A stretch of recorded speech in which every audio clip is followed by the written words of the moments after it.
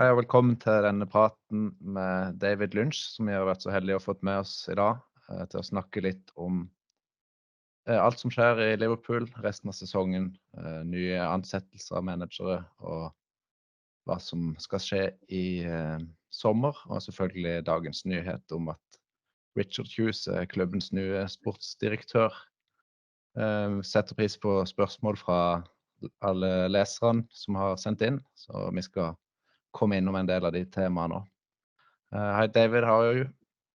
Yeah, not too bad. Been a busy morning with all the news breaking. You never quite know when that's going to come. So it's been hectic, but good. It's good when things are happening, and I think this is good news for Liverpool that they're moving forward with putting a structure in place.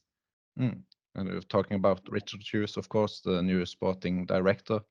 What can you tell us about that appointment? Yeah, I think it's one that it seemed like an open and shut case, didn't it? That it was going to happen once it became apparent that Michael Edwards was coming back to Liverpool, because they've got such a long working relationship and a friendship as well. And but I would say that, as much as he's seen as Edwards' man and they are close to each other, there is, it's a smart appointment as well when you look at some of the details behind it. For example, look at some of the signings Bournemouth have made, the fact that they've consistently punched above the weight in the Premier League since Richard Hughes has been part of recruitment, the smart appointments they've made in terms of managers as well.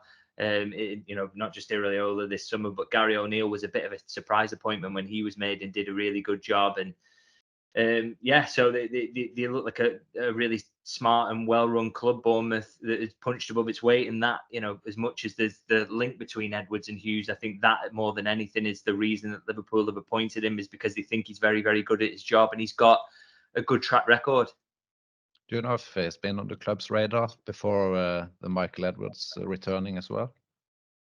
I think he's one that they looked at because they do sort of statistical profiling of different executives and also managers we know and players. So I don't think it's purely Michael Edwards driven, but I suppose their thinking was FSG was always to get in this CEO of football, and that would be someone who would then make this appointment. Now their dream appointment is always Michael Edwards, so they've managed to get that over the line. And I suppose in that sense, then it was always going to be Richard Hughes, and he will have known that if Michael Edwards was to secure that role, he'd be the man. But like I say, as much as those two are tied together, I still think he would have been on Liverpool's radar, not least actually because Michael Edwards was kind of recommending him to every club in Europe when he's in his role as a consultant at Ludogorets. So I think word will have got out that would have been a smart appointment. Another one actually who Edwards always recommended to people was Dougie Freedman at Crystal Palace. And I would have no surprise whatsoever if Michael Edwards or not, whether Liverpool would have looked at both of those people actually as smart appointments, because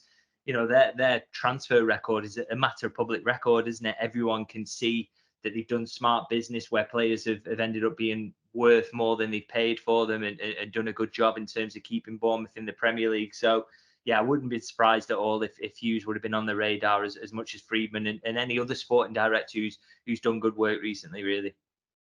What kind of deals is he known for doing at Bournemouth? Yeah, smart deals. I think, very sort of what we call moneyball deals, I suppose. I mean, people will say, oh, well, Bournemouth has spent a lot of money and they did have a rich owner who ploughed a lot of money into the club. And that is absolutely fair to say. But the essence of Moneyball, which I think people sometimes miss, is that it's more than just, okay, Wataru Endo is maybe the archetypal example of that in terms of 16 million is quite cheap for a top midfielder. He comes in, he's underrated, he's 30 years old. Nobody expects this from him. But I'd also say a Moneyball signing is kind of Virgil van Dijk, in that he signed for 75 million. Everyone thought that was crazy. And then after about 3 games, you're like, Liverpool have ripped Southampton off here. That still to me is a Moneyball signing. So I look at Bournemouth signings, for example, Dominic Solanke, they paid quite a bit for him, around £20 million, but he's an established Premier League striker now who will go for a lot more money than that. Same with Nathan Ake, brought him in from Chelsea, I think again around 20 million.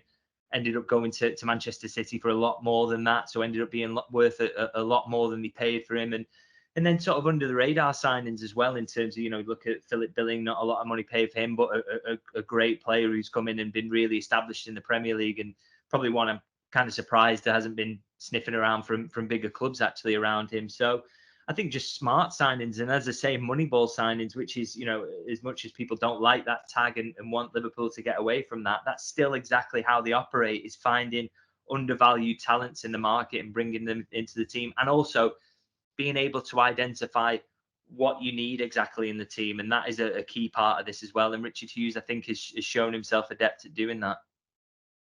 And with Michael Edwards coming back as well, of course, he was known for doing those kind of deals for Liverpool. What's the relationship between them going to be like?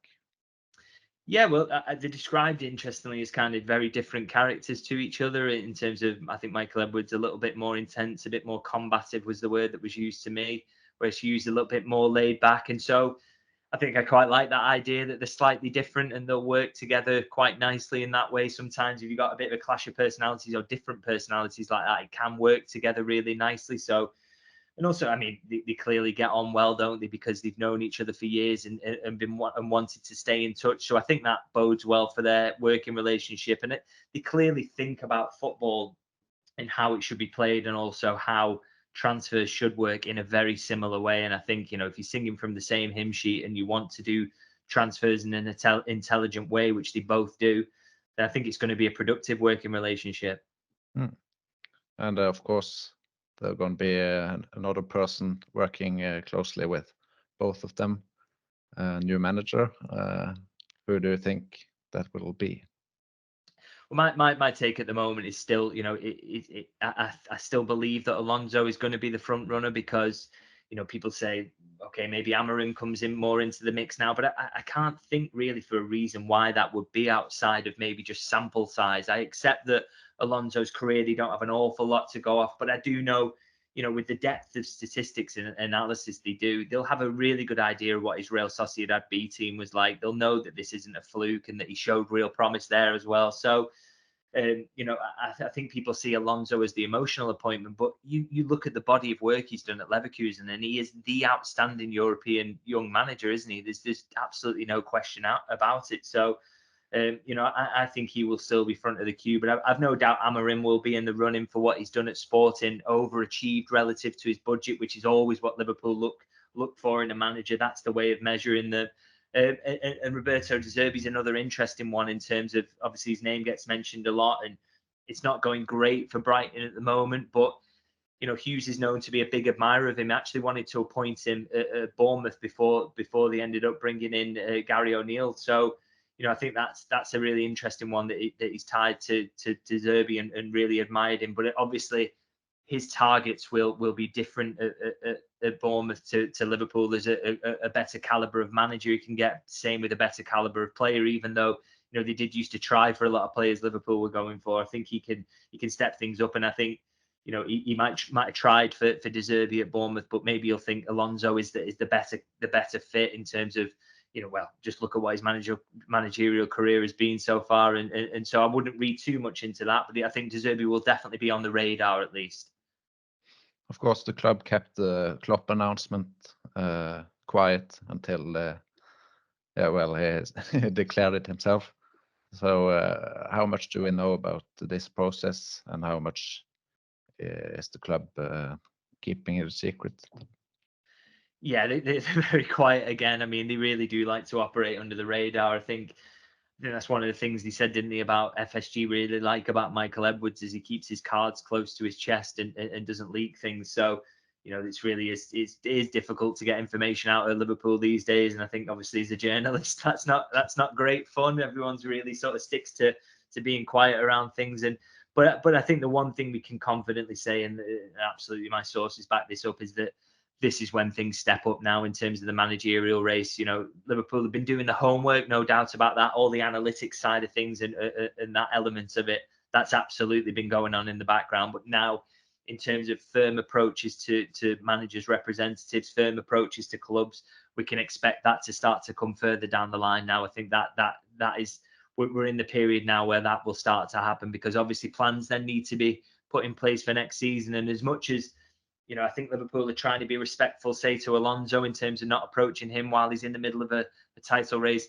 They do know they're going to have to go behind the scenes and go to his agents and speak about that, because, you just cannot leave that till the last day of the season to get sorted. Those plans have to start moving, and plans have to be in place. They can't leave themselves short like that. So yeah, I really expect an acceleration in that regard in sort of the coming weeks. And will Edwards and Hughes play a part in that work, or is someone already doing it?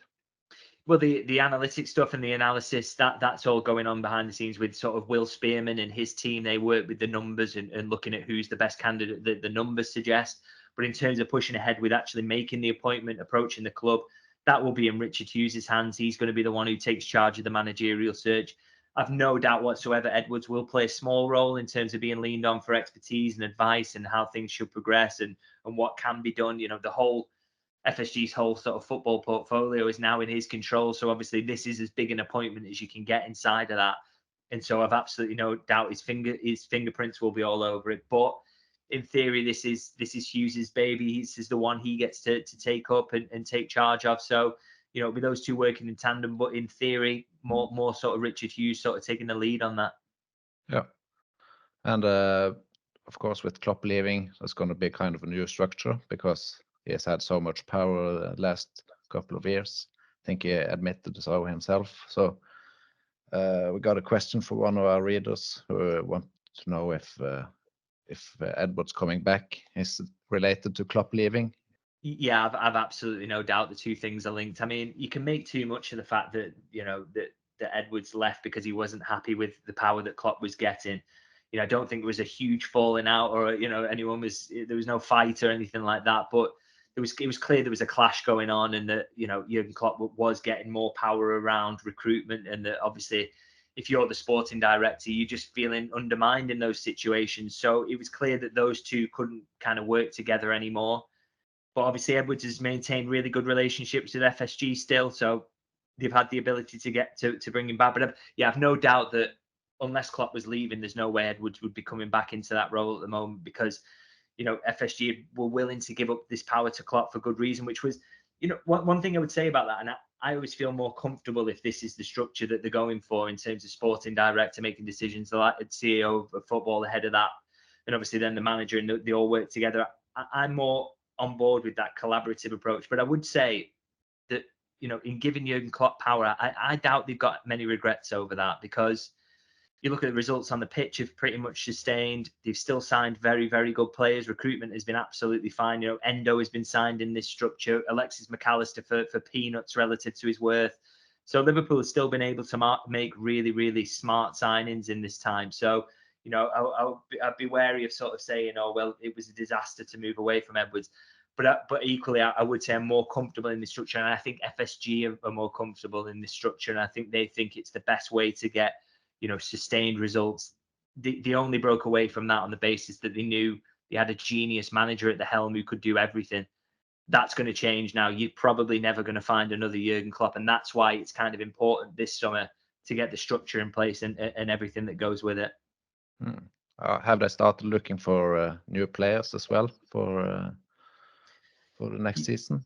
Yeah, so again, that's because there's not a manager in place. There hasn't been a sporting director in place till now. That search has only been really preliminary, which is in terms of maybe identifying who potential targets in certain positions could be. So a good example, and one I've written about, is Ousmane Diomande at Sporting Lisbon, the centre half. There's no guarantee that Liverpool will decide they want a centre half, by the way. You've got Quanta come through to take Matip's place. You've got Van Dijk if he signs a new contract, which they hope will be the case. Obviously, Konate and Joe Gomez can play there. And of course, you don't need Joe Gomez probably on either side if Conor Bradley is the backup right back. You keep Tsimikas, which you've signed to a new contract last summer. So, it's maybe fallen into place for that not to happen, but it would be totally remiss of them not to do the background work and do the data analysis and do the profiling that they do. So that's when I say that they're interested in Ousmane Diomande, that's the kind of thing I mean, is they're looking at, if we need a young centre half, if we need a young forward, maybe Johan Bakayoko is another one who's on the radar. They're doing that identifying, they're doing that sort of baseline work, and then the rest will come from there. And I think it will have to wait till there's a manager in place, or they've identified a manager, but then that's when the work will start towards, this is what I feel we need. And then they'll start to say, well, this is the list of targets. Let's go from there. But with how things are going this season, Do we need any new players, or is the squad good as it is? I genuinely think it's a fair question to ask. I mean, the new Champions League format, I believe, will add a couple of games, so maybe that's a consideration at some point. Whether is that to bring in a young centre half to pick up an extra few games somewhere, or an extra young forward to sort of ready yourself to prepare yourself for Mohamed Salah eventually leaving, or whatever. If you know, whether that's in a year or whether further down the line, you know, that's the decision that has to be made. But I would say, and you know, if anyone thinks this, I totally agree with the idea that I don't think this squad needs desperate work. That's absolutely the case. I don't think I'm looking at there's huge gaping holes here in the first team that need addressing from a new manager. And again, I think that's part of the reason why it's such an attractive job, really, is that, you know, there's not a lot of work needs doing to the squad. Maybe some tweaks that manager will want, but other than that, they're coming into a really, really strong situation, I would say. Maybe the biggest job for Hughes will be the contracts. What do you know about the situations for Van Dijk, Salah, Trent? Yeah, so I think that's going to be sort of really first priority at the moment. You know, as much as the managerial search alongside that as well, I think is the contract situation. I think, you know, I've always said that Trent Alexander-Arnold, I think there's no doubt that if the contract offer is right, he absolutely wants to stay at Liverpool. You know, he wants to be the club captain. It is the club he supports, so he wants to stay. So I don't think that's going to be a difficult one. Van Dijk and Salah are maybe different in that they are decisions to make over their age and how much longer they can play at this level.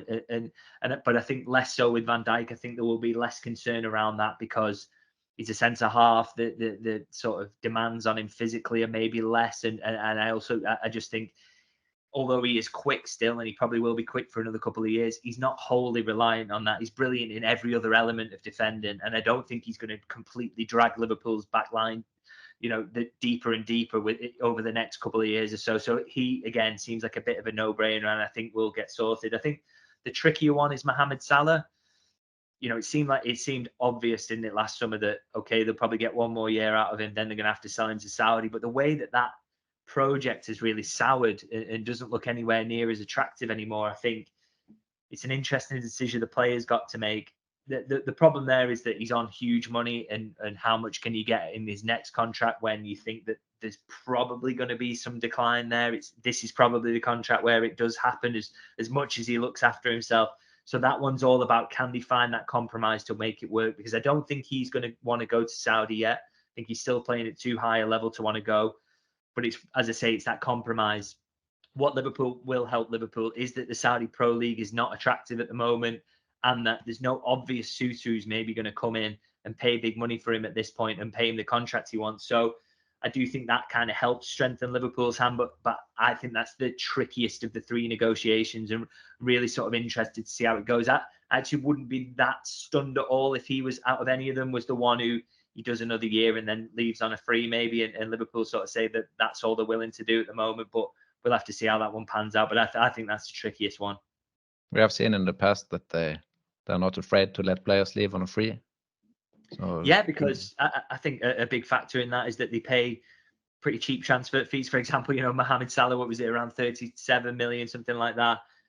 So, you know, and obviously giving them a lot of wages over the years, but it's not absolutely a must that they need the money coming back into the club in transfer fees to reinvest it. So I think there would be a willingness to do that when it comes to him. And I think that might maybe even be a situation that if he can't get the contract he wants at Liverpool, that will probably end up suiting all parties. So we'll have to see how that one plays out. But as you say, Liverpool are not sort of absolutely tied in. We have to get a fee for this guy. It's not really how they operate. They are, if it suits everyone, they are happy to let them leave on a free from time to time.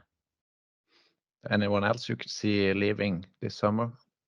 I know a few people are unhappy with Gakpo at the moment, and think we should upgrade him. And there are a couple of players out of contract as well, aren't there? Yeah, so I think Matip and Thiago absolutely expect them to leave. That's my understanding that they will do. It'd be a huge shock if they didn't.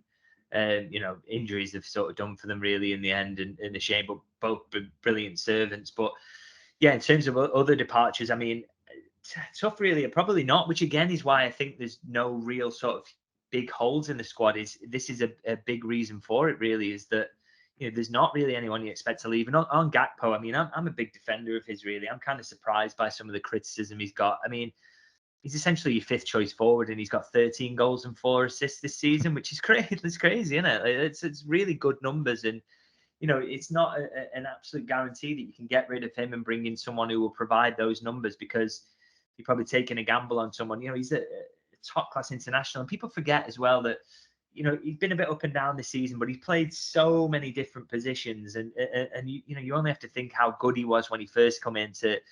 He was electric really when he signed, and a big part of Liverpool turning their season around. So I'm a big fan, and I want to see him get back to playing his best, and that's clearly not happening at the moment. But I hope it will soon, because I think he's a good character, and keeps his head down, plays loads of different positions for the manager, and always works hard as well. So I think it'll turn for him. In terms of transfers in the summer, maybe that's going to be a lot of focus on young players again. Of course, we've seen some of them play this season. And is that kind of another department of the club doing that work?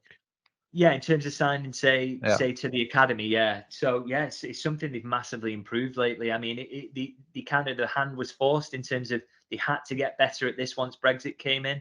Is recruitment from other English clubs, because they lost that ability to dip into the European market when players were 16. I'm thinking the types of the likes of Bajcetic is probably the best example I can think of that, actually, in terms of.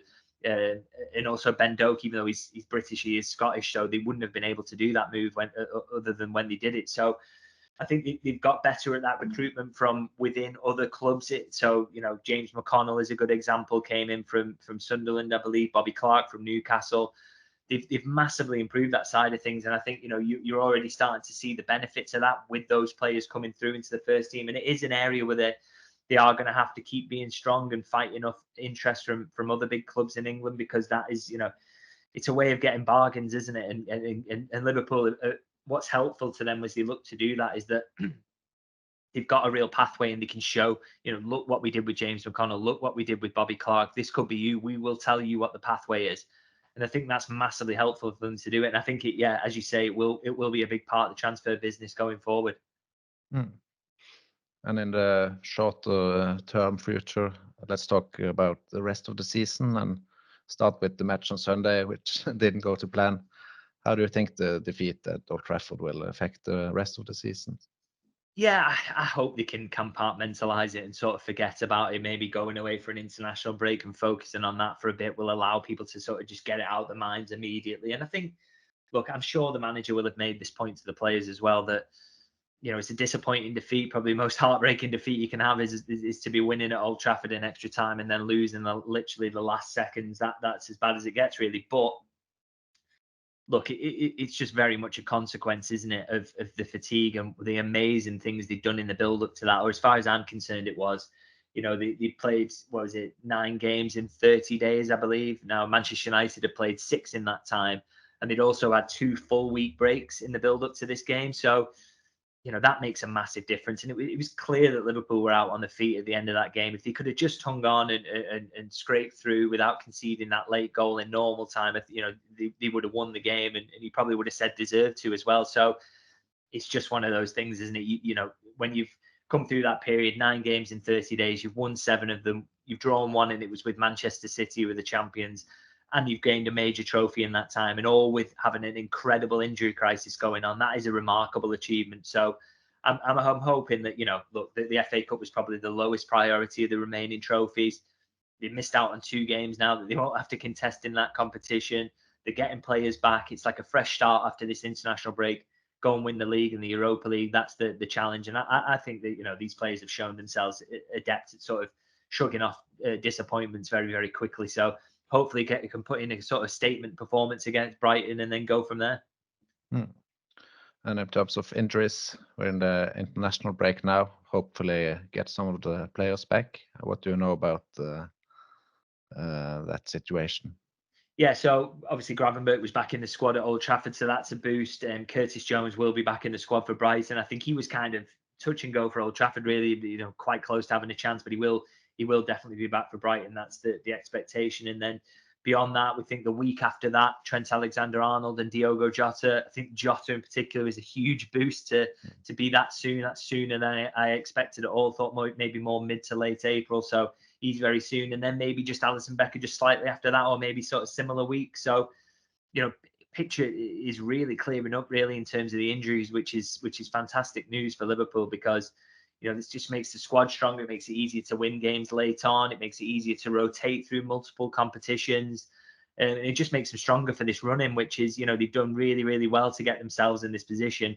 To have an almost full squad between now and the end of the season, you put them up with any other team they're up against in terms of ability to compete. And so it's really, really exciting that they're getting all these players back at just the right time. Do you know if there's a reason behind all those injuries? That was one of the questions as well from our readers.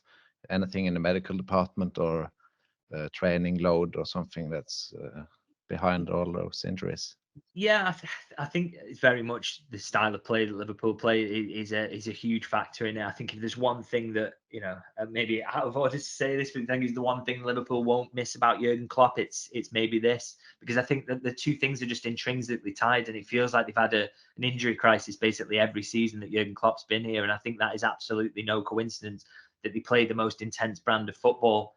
You look at City's injuries in comparison, you don't get anywhere near as many, and that is because they spend most of the game just resting on the ball, move. They don't have to press constantly. So I think that's a real issue for Liverpool that they've had under Jurgen Klopp. But equally, would they have been successful regardless if they hadn't played this style of football? Absolutely not. So I'm not saying it's a complete downside, but I do think it's a factor in the injuries. And I think one thing Liverpool will be massively disappointed about that's happened this season is the recurrences they've had. So that's Mohamed Salah with his muscle injury, same with Dominic Szoboszlai, and obviously Trent Alexander-Arnold with his knee. Those are the situations that medical staff really fear. And so you can get really unlucky with those. It's not a criticism. It can just happen from time to time. That's the one where they'll look back and can we take any learnings from that? Because that's the huge disappointment, is when you bring them back just slightly too early and they get a recurrence. That could create long-term issues as well, couldn't it, for players if they start to get injury prone? Well, exactly. I mean, you think about Salah, he never ever gets injured, and then he's got sort of two back-to-back, or an injury and then a recurrence, and that's like, quite frightening if you start to build up a succession of injuries, and a player, even as good as, as well as he looks after himself, if he starts to get a succession of injuries at his age, is kind of a big concern. And actually will be part of, I suppose, when he's talking about contract renewals, that will maybe get mentioned that he got one injury in his career. So yeah, it's an interesting one. But yeah, that's, as I say, that'll be the ones that they're most disappointed about, because that's absolutely what you want to avoid. If we get them all back now the coming weeks and get through the international break, what do you think is the best team going forward, with Trent coming back instead of Conor Bradley and Jota as well? How does Klopp manage that? Yeah, I mean, I said a comment in a podcast recently, actually. I was asked about, what's Liverpool's back four, and I put Conor Bradley in it. And that's not to say that he's a better player than Trent. I don't believe that for a second. I mean, Trent Alexander-Arnold is literally one of the best passers of the ball in the world football, can do things that no other footballer can do.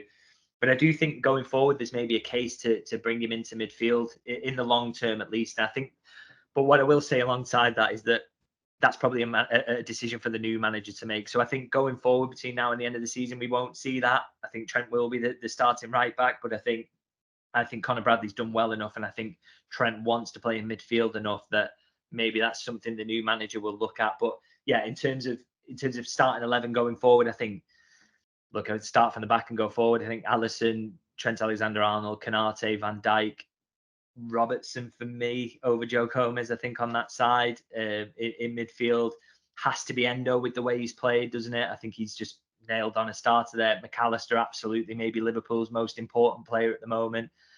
And then on that right side of midfield, probably Dominic Szoboszlai, although I think, he said himself, we still to see the best of him. I think hopefully we can see that in the running after he's got those injuries out of the way. And then in terms of the front line, Mohamed Salah, obviously, on the right-hand side. Darwin Núñez played himself in that centre-forward role, absolutely turned into everything we hoped he would be. And on the left side, then I think when everyone's fit, maybe you're squeezing in Jota. But I think it's going to be horses for courses in terms of that, and very much maybe in away games where it's difficult, you've got to get the ball up the pitch. I'm thinking, going to Old Trafford, for example, I still think you want your Luis Diaz in there because he protects your fullback so much. But in games where you're going to dominate possession, you're going to be camped around the opposition box, then it's Diogo Jota. But the fact is that in terms of having a nailed on starting 11, I suppose Klopp would probably laugh at that, because I think he's going to need everyone, isn't he? And he's going to need, Jota in some games I maybe wouldn't expect would maybe start up front, and maybe Nunes will be moved out to left. Sometimes you're going to get, I've left Curtis Jones out my midfield, which feels absolutely criminal actually when you think about how good he was this season. So, I'm probably completely wrong about, naming that 11, because, absolutely all these players have got huge roles to play. Maybe not the kids in the last couple of months though. They've maybe had their minutes of fame. Yeah, I think the likes of Bobby Clark and maybe sort of sit out the last few months, as you say. But I think, they've still maybe even got a role to play in terms of, if you can bring Bobby Clark on for the last 20 minutes of a game and protect Szoboszlai's legs ahead of a midweek or a weekend game after a midweek, all that is very important. And actually, in fact, when you think about some of these Europa League ties, if Liverpool can get themselves a handy lead and get themselves into a good situation, those second legs are ripe for using some of the young players in terms of, you don't even think of him as a young player anymore, but Jarell Quansah, similar with Connor Bradley, they will still get plenty of minutes, absolutely, in those competitions, because I think the opportunities to use them are going to be there. Do you think we could get the dream ending for Klopp, especially with the Premier League and maybe Europa League as a bonus? I really hope so. I hope so. I think, winning that Europa League as it being his final act would be so nice. But I think more than anything, even if he lost the Europa League final, I'd love for him to win the Premier League and to be able to lift that trophy in front of all the fans at Anfield, because obviously that was taken away from him last time around. And it was so unfortunate with the season that he put together that year that ended up being lifted behind closed doors. I mean, I was one of the lucky ones who actually was there in the ground in the press box and got to see that, and I feel so privileged. But it was still tinged with so much sadness, because I just wished that the fans and the supporters were there to be able to see it. And so I really hope that that's going to happen. And I think, look, with the players coming back from injuries and the position Liverpool are in, and the fact that Manchester City and Arsenal have got to play each other coming up, it really, Liverpool are in a really good position to do it. I really hope they get the perfect ending, that the players can do everything they can to sort of give Jürgen Klopp the send-off he deserves, because he does deserve it. He's been a miracle worker, genius, and just a great person all around to be around and work with and to follow as a fan. So yeah, I'm really hoping they can do it.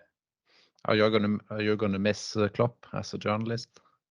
Absolutely. I mean, I've long said this actually to sort of my colleagues, is that it's not just missing the football he plays and being a Liverpool supporter as I am, missing the fact that the team's going to be very good. It was always that whoever they get in is probably not going to be as good a football manager, and he's also going to be probably less charismatic than he is. And because there's no one like him. His ability to give you a brilliant quote, or to make you laugh, or to weigh in on really heavy social issues, things that he doesn't necessarily need to speak about, he will talk about. And other managers you see that will dodge those questions, but he's intelligent, he's considered, he talks about things that other managers will avoid. And yeah, absolutely, I think from a journalistic point of view, we will miss that. Whoever comes in next is probably going to be less open to doing that sort of thing and less gregarious, and that's a real shame. But you hope that the success can sustain, but you're never going to get another Jürgen Klopp in terms of personality, that's for sure. That's perfect. I think we've been through the most important topics now. Thank you so much for taking your time, and let's hope for the perfect ending. Yeah, no problem, mate. It's all I enjoyed that, and yeah, fingers crossed you can be seeing them lift both these trophies between now and the end of the season.